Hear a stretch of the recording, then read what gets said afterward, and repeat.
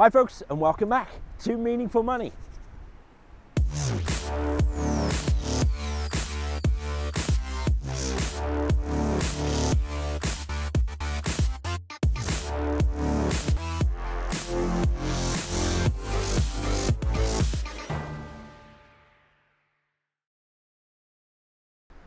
I'm still here at Drift Dam. Just great to be outside though in the sunshine.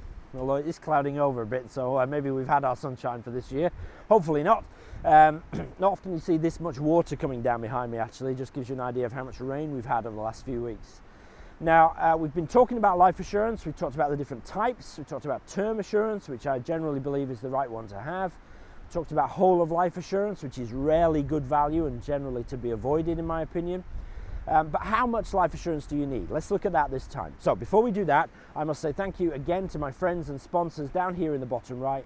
That's Seven Investment Management. So they continue to support me, for which I'm very, very grateful.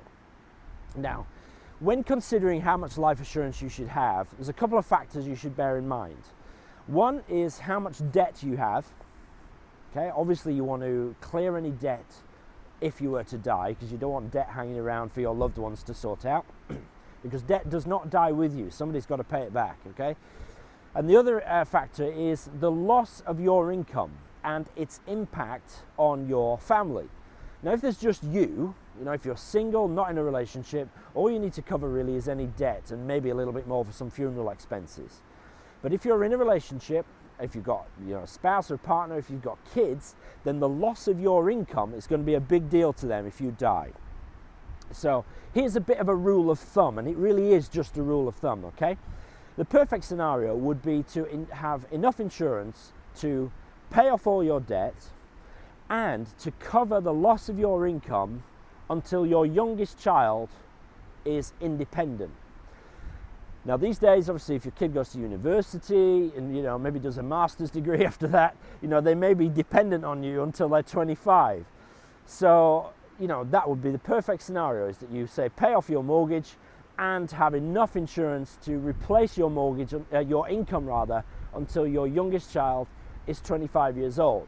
Now, to give you an idea, if you have a mortgage of 150 grand, if you are on £35,000 a year income, and if you, excuse me, inflate that income every year by, a figure of inflation, because your income will go up every year, well, you could be looking at a sum assured or a payout on an insurance of something like 1.7, 1.8 million pounds. Now, I don't know many people at all who have got life assurance of 1.8 million quid, simply because that would likely be prohibitively expensive for most ordinary people.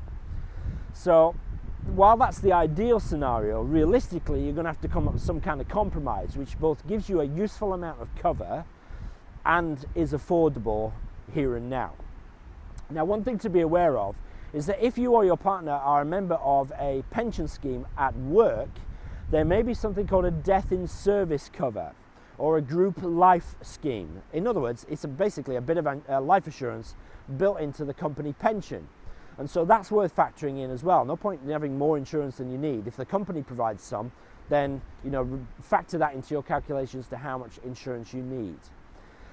These are just rules of thumb. So while it's the perfect scenario is to cover your debt and replace your income until your youngest kid is age 25, that's going to be unrealistic for many people. So the answer, of course, to get the best fit for you is to seek advice. Get in touch with a competent advisor who can help give you a steer really as to how much life assurance is a good figure for you. Now, if I can help, I'd love to, so do send me an email or leave a comment, and I'll perhaps give you a bit of a steer. Obviously, if I'm going to advise you formally, that's got to be done through my regulated company, Jackson's.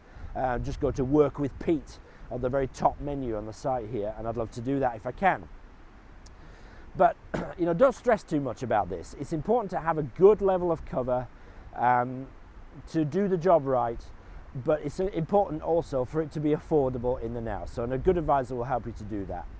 So I hope that's helpful. Again, fire any questions at me and I'll do my best to answer them. But in the meantime, thank you for watching, and I'll see you next time. I'm going to talk about critical illness cover, I think. All right, take care, and I'll see you next time.